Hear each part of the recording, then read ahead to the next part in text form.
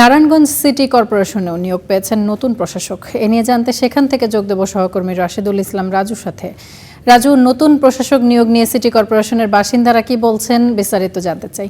ধন্যবাদ আপনাকে। মূলত নারায়ণগঞ্জ সিটি কর্পোরেশনের নতুন প্রশাসক হিসেবে নিয়োগ দেওয়া হয়েছে মহানগর বিএনপির আহ্বায়ক অ্যাডভোকেট সাখাওয়াত হোসেন খানকে।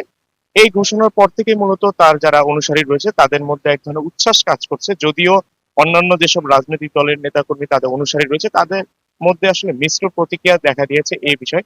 আমরা এ বিষয়ে অ্যাডভোকেট সাখাওয়াত হোসেন খানের সঙ্গে কথা বলেছি। তিনি আমাদের যেমনটা জানিয়েছেন যে দল তার প্রতি আস্থা জানিয়ে মূলত তাকে এই গুরু দায়িত্ব দিয়েছেন।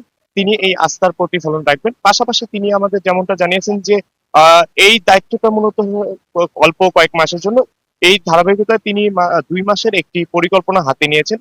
আধুনিকতায় পরিবেশ বান্ধব গ্রেট ওয়াল সেরামিক।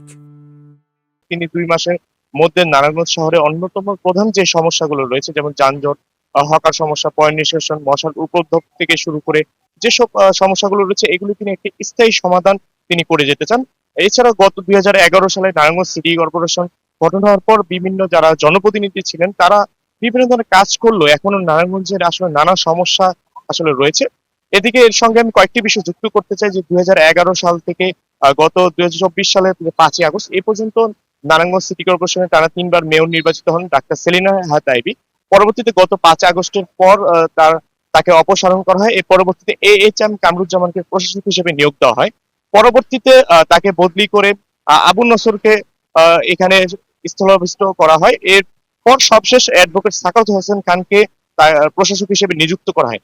এদিকে প্রশাসক হিসেবে তাকে নিয়োগ করার পর নগরবাসী তার কাছে বিভিন্ন ধরনের প্রত্যাশা করেছে। এর মধ্যে তারা গুরুত্বপূর্ণ কয়েকটি যে সমস্যা রয়েছে, যানজট, হকার সমস্যা, এগুলি তারা স্থায়ী সমাধান তারা চেয়েছে। তবে সাখাওয়াত হোসেন খানও আমাদের তেমনটা জানিয়েছেন যে তার কথা সবসময় মানুষ স্মরণ রাখে, এমনই আসলে পরিবর্তন তিনি নারায়ণগঞ্জ থেকে আনতে চান। এই ছিল মূলত নারায়ণগঞ্জ থেকে আমার কাছে সবশেষ তথ্য। তামান্না। রাজু, অসংখ্য ধন্যবাদ আপনাকে আমাদের সঙ্গে যুক্ত হবার জন্য।